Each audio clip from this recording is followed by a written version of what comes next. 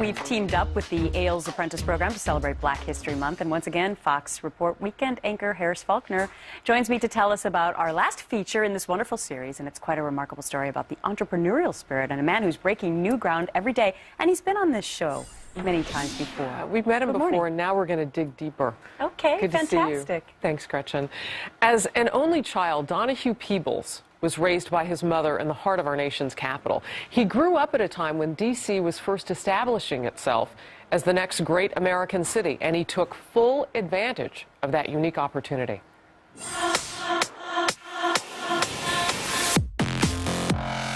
You run the largest African-American real estate company that has a multi-billion-dollar portfolio of luxury hotels, commercial properties.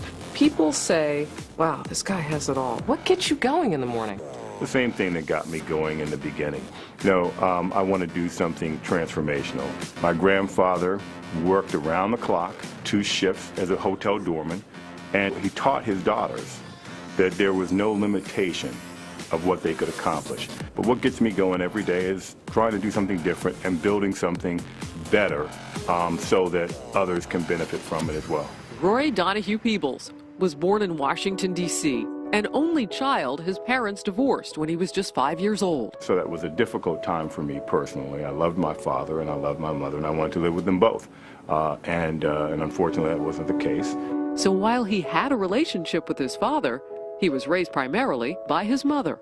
Inspired by her own entrepreneurial spirit, his mother Yvonne soon moved Donahue to Detroit, where she got her real estate license and started her own business. She taught me compassion. She taught me that I should stand for something. So she gave me an immense amount of self-confidence. As a teenager, Donahue and his mother returned to D.C., where she encouraged her son to become a page on Capitol Hill. I got a chance to see politics up close and to meet people in Congress who were running the country. There was no substitute for that kind of exposure. You looked at that situation, though, and instead of just being wowed and awed by the people you were meeting, you came up with a way to get into that world even deeper, and that was to basically raise money for people that you believed in. Well, I learned it on the Hill. Those who got access either had represented major organizations or businesses, or they were significant supporters financially. And, it wasn't a bad thing to be growing up in D.C. when you were. No, it's a great thing. In fact, had I not grown up in D.C. at that particular time, the chances of me sitting here talking to you today are remote. In 1973, with the passage of the Home Rule Act, the District of Columbia formed and elected its own local government, creating incredible opportunities, especially for an ambitious young man. At just 24, after hosting a fundraiser and winning the confidence of Mayor Marion Barry, he was appointed to a seat on the city's Property Assessment Appeals Board, a position that got him noticed. Let's talk a little bit about your first deal in D.C. You were 27 years old, no money of your own. Somehow you convinced 3 investors to put up all the money and give you 50% of the ownership. You're like the deal whisperer, if you will. I mean, how did you pull that off?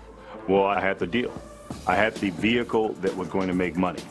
And when you have the vehicle that can make money, it's a lot easier to attract money. So you had the property? Yes, and I also had a mayor at that time who believed in me, who was committed to creating opportunities for people like me.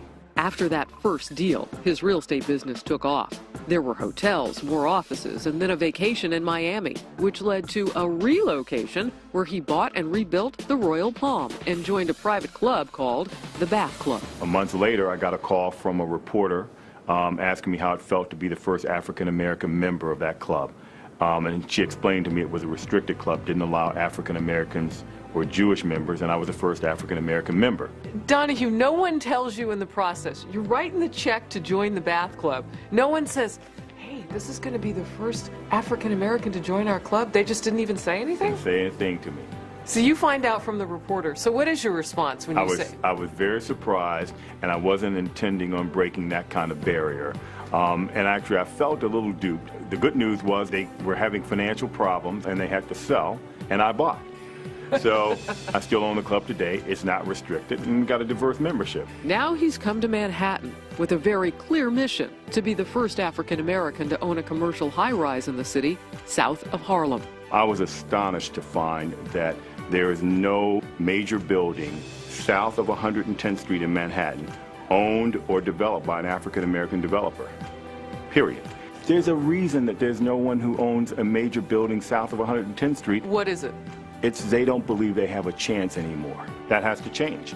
But somebody's got to show that it's possible. Have you found a project yet? Yes, a few. Are they south of 110th Street? All of them are, well, all but one. Okay.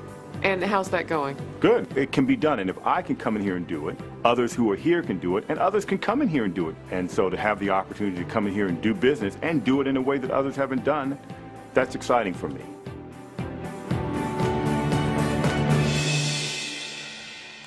Well, I was very curious about whether Peebles would run for office ever, since he's backed so many candidates who have won. I asked him about running for mayor of New York. There's an election coming up this fall, you may know. He told me, quote, "Not yet." And he never says never. That's not a no. All right.